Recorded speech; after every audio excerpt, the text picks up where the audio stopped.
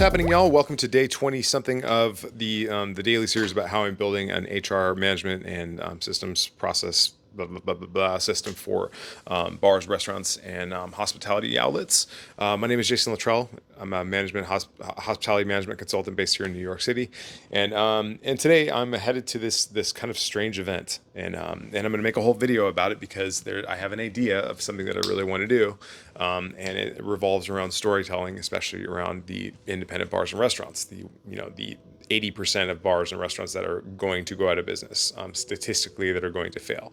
And so I feel like I should spend more time in there. I should kind of spend more time learning and understanding what the problems are.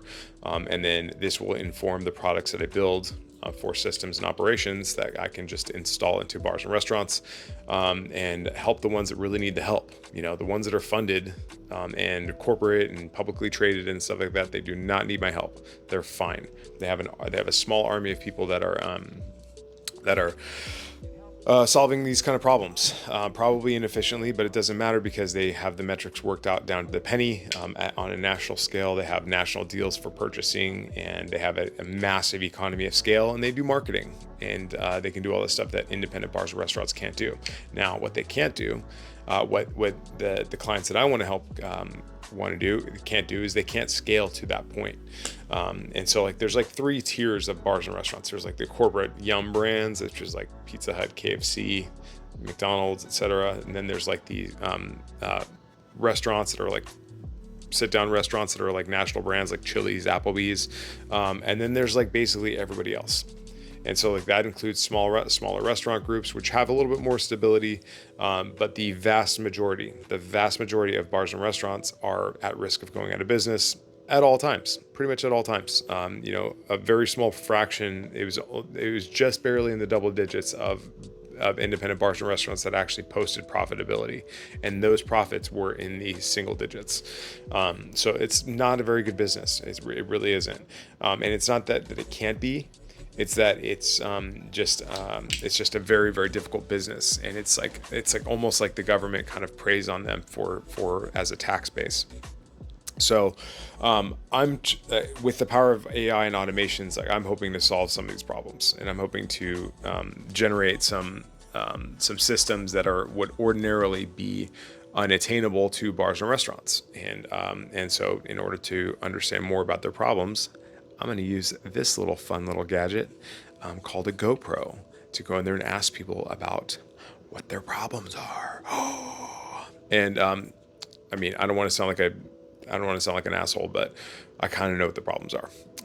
And that's why I'm deploying my army of robots to go and get them. But oftentimes what happens is people don't know what their own problems are. And so for instance, people think bars and restaurants are food businesses where you sell food, but that's not true.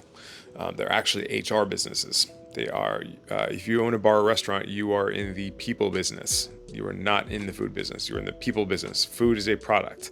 Food is the product that the business does, that the business makes. Drinks are a product of what the business makes, but generally speaking, you're in the people business. So if you're not actively training, recruiting, and finding the right people in your business, you are likely to go out of business. If you are working 18-hour days yourself, you're probably going to go out of business. Sorry. It's not fun. It's not nice. It sucks. It sucks to say, sucks to hear, sucks to be that person. But this is an example of doing what you love versus doing what is required. And a lot of times people, they are brilliant craftspeople. This is straight out of the E-Myth, by the way, the book called the E-Myth. But a lot of people are brilliant craftspeople. They are excellent at making their thing, their widget, their drink, their food, whatever it is. But that does not translate into what is required to run a business.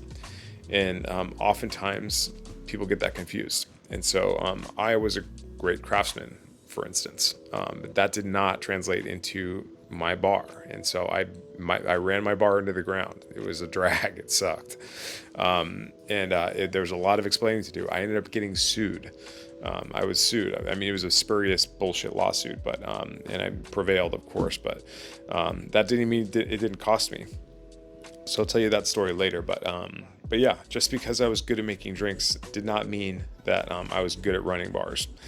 And this is what causes a lot of confusion. So if you have only A players working in your bar or restaurant, only people that are motivated, that understand what your bar or restaurant is for, who you serve, how you do it, how you do the things you do, why you do the things that you do, and if everybody isn't indoctrinated into that understanding and rowing in the same direction, like if everybody understands that, you don't have to manage them because they know what to do already, because they're working in service of that why, of that mission.